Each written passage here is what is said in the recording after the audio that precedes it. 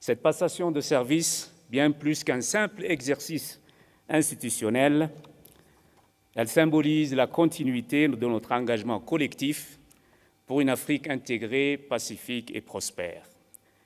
Je tiens à exprimer ma profonde gratitude à Son Excellence, Monsieur le Président de la République d'Angola, qui assume la présidence de l'Union pour l'année en cours.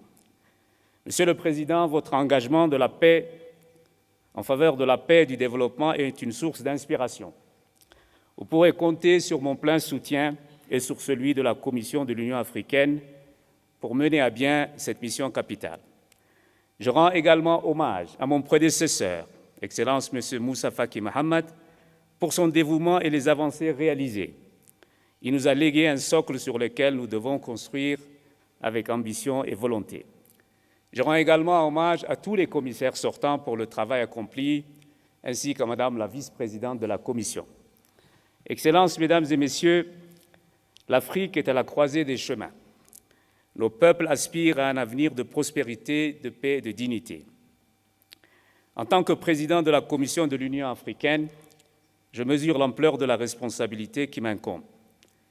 Il ne s'agit plus seulement de gérer une institution, mais de porter la voix et les ambitions de tout un continent.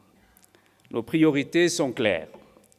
Nous devons impérativement accélérer la mise en œuvre du deuxième plan décennal 2024-2034.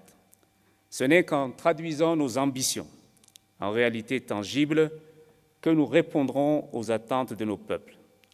Nous devons agir avec pragmatisme et détermination pour transformer notre Union en un moteur efficace de progrès sur le continent.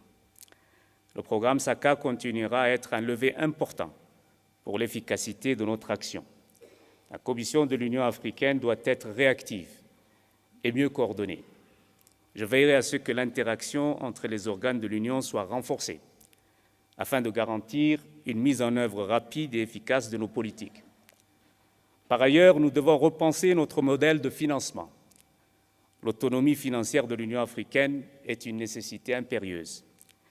Il est temps de réduire notre dépendance et d'explorer des mécanismes innovants pour assurer la durabilité de nos projets. Enfin, la mise en œuvre des réformes institutionnelles doit s'intensifier. L'Union africaine ne peut plus se permettre des lenteurs administratives et des blocages structurels. Nous devons être un acteur agile, capable de répondre aux urgences et d'anticiper les défis à venir. Excellences, Mesdames et Messieurs, l'Afrique doit prendre son destin en main. Il est temps de nous affirmer comme un continent déterminé, capable de peser sur les grandes décisions mondiales et de proposer des solutions aux crises qui nous affectent. Je prends aujourd'hui l'engagement d'agir avec détermination pour hisser notre Union à la hauteur des attentes de nos peuples. Nous devons insuffler un nouvel élan à notre organisation, renforcer notre unité et affirmer la place de l'Afrique dans le concert des nations.